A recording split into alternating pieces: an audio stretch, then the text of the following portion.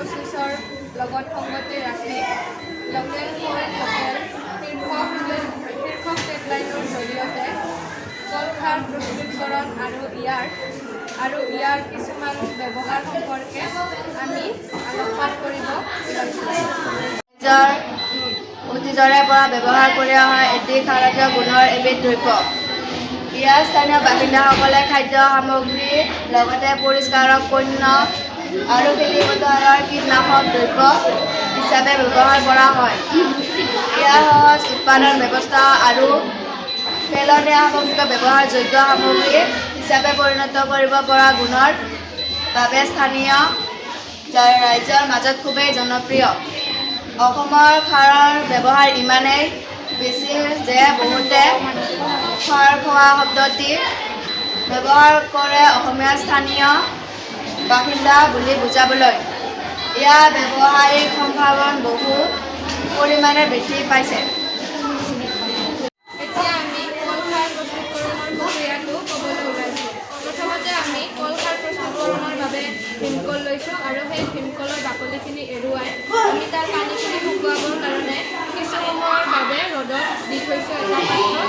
তাৰপিছত সেই শুকোৱা কলৰ বাকলিখিনি আমি পুৰি লৈছোঁ আৰু তাৰপিছত সেই পুৰি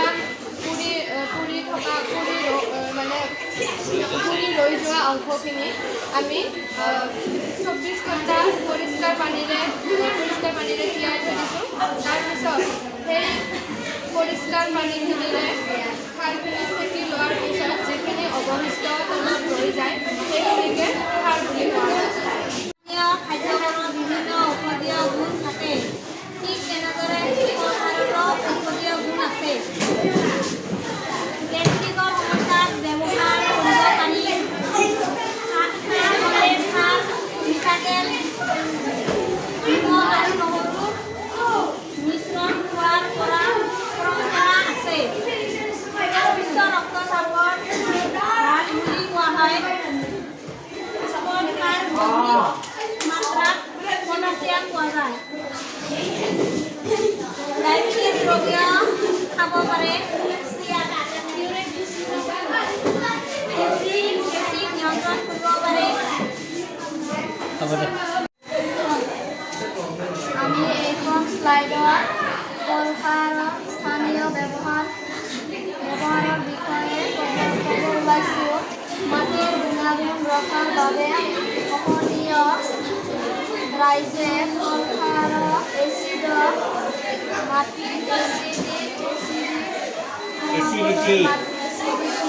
কমাবলৈ মাটিৰ উৰ্বৰতা বৃদ্ধি কৰিবলৈ ব্যৱহাৰ কৰা দেখা যায়। আমাৰ অঞ্চলত লোকে কীটনাশক দ্ৰব্য হিচাপেও কলখাৰ ব্যৱহাৰ কৰা হয়। কলখাৰৰ ভাৰতীয় গুণৰ বাবে ইয়াৰ গাত লোৱাৰ সময়ত চুলি আৰু গা চাফা কৰিবলৈ চাবোন চেম্পুৰ দৰে স্থানীয় ৰাইজে ব্যৱহাৰ কৰে। কলখাৰৰ গাত মাজিবলৈও ব্যৱহাৰ কৰা হয়। কলখাৰ ব্যৱহাৰ আটাইতকৈ বেছি হয় ৰন্ধন প্ৰণালীত মাছৰ আঞ্জা বনাবলৈ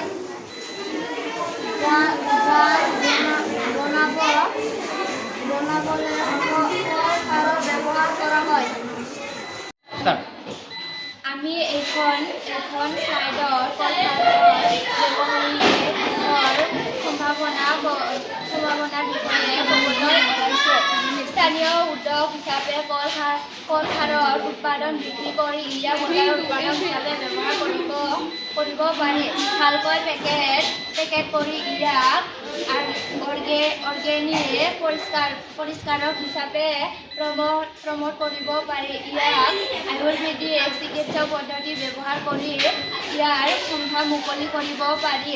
লোকেল ফৰ ভোকেল টেগ ব্যৱহাৰ কৰি ইয়াক খেতি পথাৰৰ খেতিপথাৰৰ কীটনাশক দ্ৰব্যৰ আৰু সাৰ হিচাপেও গৱেষণা কৰিব পাৰি। পৰ্যটনৰ বাবেও ইয়াক প্ৰমোচনৰ ব্যৱহাৰ কৰিব পাৰি।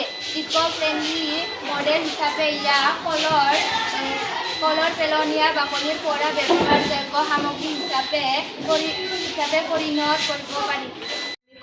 কলখাৰ প্ৰস্তুত কৰিলোঁ আৰু ইয়াৰ লগতে ইয়াৰ কলখাৰৰ উপযোগিতা আৰু ব্যৱহাৰ সম্পৰ্কে আলোচনা কৰিলোঁ আৰু শেষত ইয়াৰ ব্যৱসায়িক সম্ভাৱনাৰ বিষয়ে আলোকপাত কৰিলোঁ। ধন্যবাদ।